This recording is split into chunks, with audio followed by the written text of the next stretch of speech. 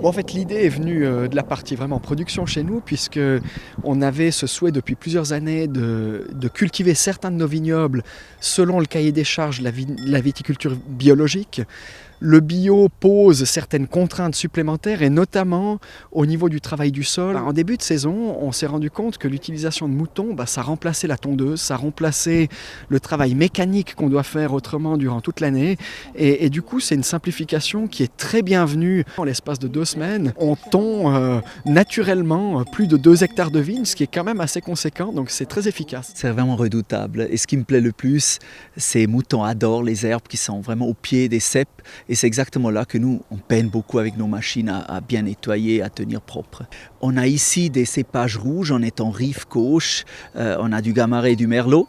Donc on fait un Merlot pur, on fait un assemblage, tout en bio.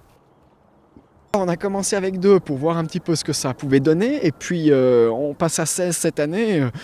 Peut-être que l'année prochaine on sera un peu plus parce que vraiment on est convaincu de cette méthode.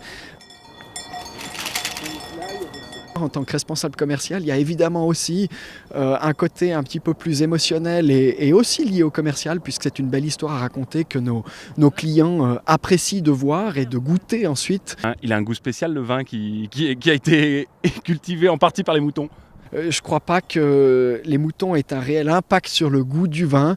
Ils ont plus un impact, comme je disais, sur la tonte, sur le travail du sol, qui impacte automatiquement un petit peu la qualité des raisins. Mais j'irai pas jusqu'à dire que le goût est influencé par le travail des moutons, surtout qu'on est sur une courte durée, uniquement au début du printemps.